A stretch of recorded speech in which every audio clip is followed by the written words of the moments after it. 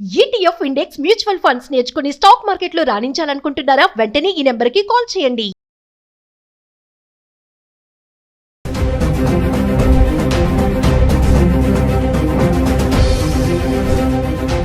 Hi hello నమస్తే, welcome back to Suman TV. ప్రస్తుతం మనతో పాటు ఉన్నారు consumers affairs committee chairman Mandari Krishnareddy గారు.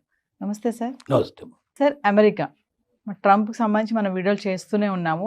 మరి కొత్తగా అమెరికాలో ఉన్నటువంటి భారతీయ విద్యార్థులను భయపెడుతున్నటువంటి కొత్త బిల్, ఓపీటీ బిల్, అది రద్దు చేసేశాడు.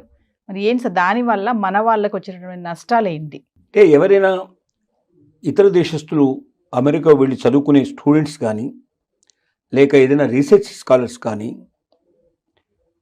ఎడ్యుకేషన్ సంబంధించినటువంటి లైన్లో ఉన్న వాళ్ళకి ఎక్కువ భాగం అమెరికాలో ఒక విధానం కొనసాగుతోంది. సపోజ్ వాళ్ళు ఏదో ఒకైనా వీసా తీసుకొని అక్కడికి వచ్చి ఎడ్యుకేషన్ కంటిన్యూ చేయడం కానీ, ఈ రీసెర్చ్ స్కాలర్ ఇట్లా కంప్లీట్ చేసినప్పుడు వాళ్ళకి ఇచ్చిన వీసా పీరియడ్ ఏదైతే ఉంటుందో 2 years 3 years ఎంత ఉంటుందో ఎడ్యుకేషన్ దానికి సంబంధించిన రీసెర్చ్ వరకు ఆ పీరియడ్ ఉంటుంది. ఆ పీరియడ్ తర్వాత కూడా 1 సంవత్సరం నుంచి 3 సంవత్సరాల దాకా వాళ్ళు అక్కడే ఉండి జాబ్స్ చేసుకుంటూ ఇంకా ఫర్దర్గా ఆ రీసెర్చ్ లోపల ఇంకా ముందుకెళ్ళడానికి కానీ, ఎడ్యుకేషన్లో ముందుకెళ్ళడం కానీ, లేదా జాబ్ ఏదైనా చూసుకోవడానికి పాసిబిలిటీ కానీ దానికి తగినట్టుగా ఒక అవకాశం గతంలో ఉండేది. Minimum 1 year, maximum 3 years possibility కల్పించేవాళ్ళు. ఈ పర్యాయంలో వాళ్ళకి ఏంటంటే వీసా ఉన్నట్టే లెక్క, అంటే వీసా ఎక్స్టెండ్ చేసినట్టు లెక్క. ఒక రకంగా ఓపీటీ అంటే ఇక్కడ వాళ్ళకి వీసా ఎక్స్టెండ్ చేయడం ఒకటేను, వాళ్ళు పని చూసుకోవడానికి ఒక అవకాశం ఉండేది. అయితే ఇది ఎక్కువ ఏంటంటే యూనివర్సిటీలో మాత్రమే ఈ పని చూసుకోవాలనేది, క్యాంపస్లోనే ఉండాలి, క్యాంపస్లో ఉండాలి. అది వారానికి 20 గంటలు మాత్రమే పని చేయాలనేది ఉంది, కండిషన్ ఉంది. అంతకన్నా ఎక్కువ పని చేస్తే అది నేరం కింద లెక్క. కానీ సహజంగా యూనివర్సిటీలో ఇంతమందికి జాబులు దొరకడం చాలా కష్టం. కాబట్టి ఏం చేస్తారు వీళ్ళు, యూనివర్సిటీలో కాకుండా బయటకు వెళ్ళి పనులు చూసుకుంటారు. 20 hours చేస్తే దానివల్ల లాభం లేదు కాబట్టి, ఎందుకంటే 20 hours అమెరికన్ సిస్టమ్ ప్రకారంగా చేస్తే, అంటే అమెరికన్స్కి ఎంత అయితే డబ్బులు ఇస్తారో అంత డబ్బులు మన ఇండియన్స్ కూడా ఇచ్చేటైతే 20 hours సరిపోతుంది. కానీ అమెరికన్స్కి ఇచ్చే దాంట్లో 1/4 1/3 మనకి ఇస్తారు కాబట్టి అది సరిపోదు. కాబట్టి ఏం చేస్తారంటే 20 గంటలు సరిపోదు కాబట్టి బయటకి ఎక్కువ గంటలు పనిచేస్తారు. ఈ ఎక్కువ గంటలు పనిచేయడం అనేది నేరానికి సంబంధించిన విషయం. అంటే అమెరికన్స్కు ఉద్యోగాలు దొరకకుండా బయట నుంచి వచ్చిన వాళ్ళు ఆ ఉద్యోగాలు ఆక్యుపై చేసుకొని తక్కువ రేట్లకు పనిచేయడం వల్ల అమెరికన్స్ రావాల్సిన జాబ్స్ రావట్లేదు, అమెరికన్ రావాల్సినంత జీతం రావడం లేదనేది అక్కడ ట్రంప్ యొక్క వివాదం. ట్రంప్ ఓపీటీ రద్దు చేయడంలో ముఖ్యమైన కారణం అది. ఇప్పుడు దీనివల్ల ఏమైందంటే లక్షల మంది విద్యార్థులు నష్టపోయే పరిస్థితి ఏర్పడింది. అంటే వాళ్ళకి చదువు అయిపోగానే ఇక వాళ్ళు వెంటనే మూటముళ్ళు సర్దుకొని వచ్చేసేయాలి, వెనక్కి రావాలి. ఏమాత్రం అక్కడ ఉండడానికి వీలు లేదు. గతంలో అయితే ఓపీటీ ఉండడం వల్ల మినిమం 1 year నుంచి 3 years దాకా వాళ్ళు షెల్టర్ ఉండేది. ఆ 3 yearsలో వాళ్ళకి యూనివర్సిటీ లోపల కూడా పనిచేసుకునే అవకాశం ఉండేది, బయట కూడా పనిచేసుకునే పాసిబిలిటీస్ ఉండేది. వాళ్ళు మొత్తం మీద అంటే యూనివర్సిటీ అని ప్రతిబంధకం పెట్టినా కూడా చాలామంది ఎక్కడ చేస్తున్నా స్టూడెంట్ వీసా ఉంది కదా ఇతనికి, ఎట్లాగైనా 3 ఏళ్ళు 2 ఏళ్ళు ఉంది కదా వీళ్ళు చెప్పిన ప్రకారం ఓపీటీ ప్రకారం, కానీ ఎవరు కూడా పోలీసు కానీ ఎవరు ఆబ్జెక్షన్ చెప్పేవాళ్ళు కాదు. ఇప్పుడు ట్రంప్ తీసుకుని నిర్ణయం వల్ల ఏమైందంటే లక్షలాది మంది విద్యార్థులు వాళ్ళ ఇండియాకు రావాల్సిన పరిస్థితి ఏర్పడింది. ఖచ్చితంగా రాకపోతే ఇంకో మార్గం లేదు. ఎందుకంటే వాళ్ళని 1 month లోపల వాళ్ళకి ఈరోజు ఓపీటీ రద్దు చేశారు, 1 month టైం ఇచ్చారు. 30 రోజుల లోపల వాళ్ళు 80% ఇండియాకు తిరిగి రాకపోతే వాళ్ళ మీద కేసులు ఫైల్ చేసే అవకాశం ఉంది, వాళ్ళ జైలు పంపించే అవకాశం ఉంది, వాళ్ళ మీద రకరకాల యాక్షన్స్ తీసుకునే అవకాశం ఉంది, ముద్రేసేస్తారు. స్టూడెంట్స్నే కాకుండా సార్, అక్కడ ఉన్నటువంటి యూనివర్సిటీస్ కూడా ఈ బిల్లుతో భయపడుతున్నాయి అంటే ఏం చెప్తారు సార్? ఎందుకు భయపడుతున్నాయంటే యూనివర్సిటీస్ ఎప్పుడు బాగా కలకలాడుతుంటాయి, స్టూడెంట్స్ ఉంటే బాగా కలపడతాయి. స్టూడెంట్స్ని బయటకు పంపించడం మొదలుపెట్టిన తర్వాత ఈ ఓపీటీ సిస్టమే లేకపోతే అసలు ఎవరు చదువుకోవడానికి రారు. ఎందుకంటే మా చదువు అయిపోయిన తర్వాత కూడా ఇంకా 1 year నుంచి 3 years అక్కడే ఉండొచ్చు, అమెరికాలో ఏదైనా మంచి ఉద్యోగం సంపాదించుకోవచ్చు, లేదా ఫర్దర్గా స్టడీస్ అయినా ఫర్దర్గా ఇంకేదైనా సరే మా జీవితాన్ని సెటిల్ చేసుకోవచ్చు అనే ఉద్దేశంతో వస్తున్నారు. నీకు నీ చదువు వరకు మాత్రమే కంప్లీట్ చేసుకుని పోవాలంటే అమెరికానే రావాల్సిన అవసరం లేదు. ఇండియాలో కూడా మంచి చదువు ఉంది మనకు, ఇండియాలో కూడా మంచి యూనివర్సిటీస్ ఉన్నాయి మనకు.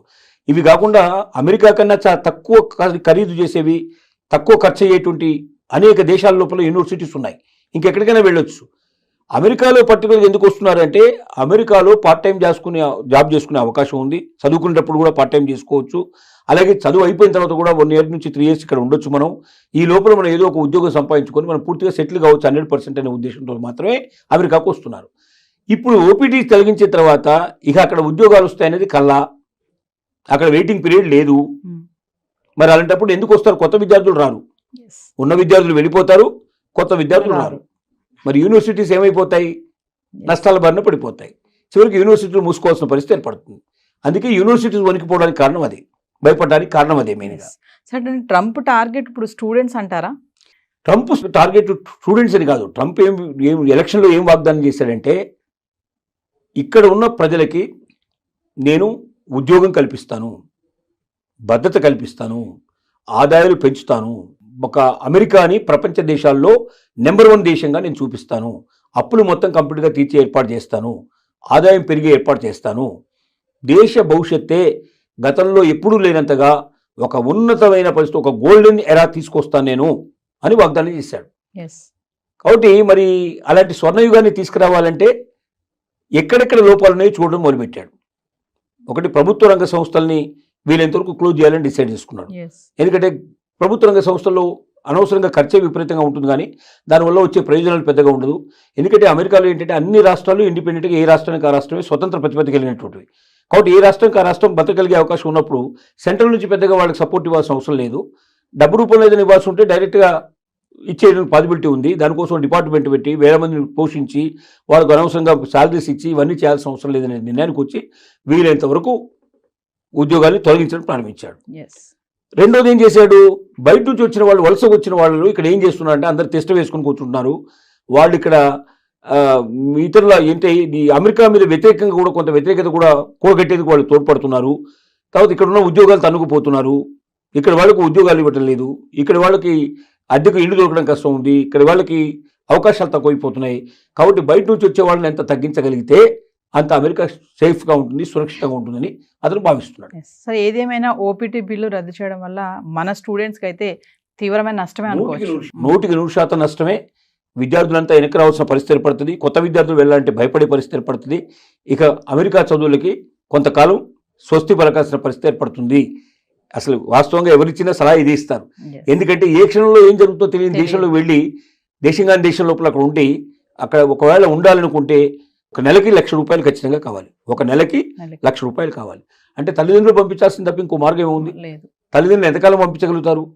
చదువు అయిపోయిన తర్వాత కూడా ఇంకా ₹1,00,000 నెలకు చొప్పున సంవత్సరానికి 12 లక్షలు 10 లక్షలు ఖర్చు పెట్టాలంటే ఎంతమందికి అవకాశం ఉంటుంది అది? కాబట్టి చాలా మంది పోరు. 100కి 90 మంది 95 మంది వెనక్కి వచ్చేస్తారు. ఒక 5% పీపుల్ 10% పీపుల్ మేబీ డబ్బు బాగా ఉన్నవాళ్ళు పంపించుకునే పాసిబిలిటీస్ ఏర్పడతాయి. Thank you sir.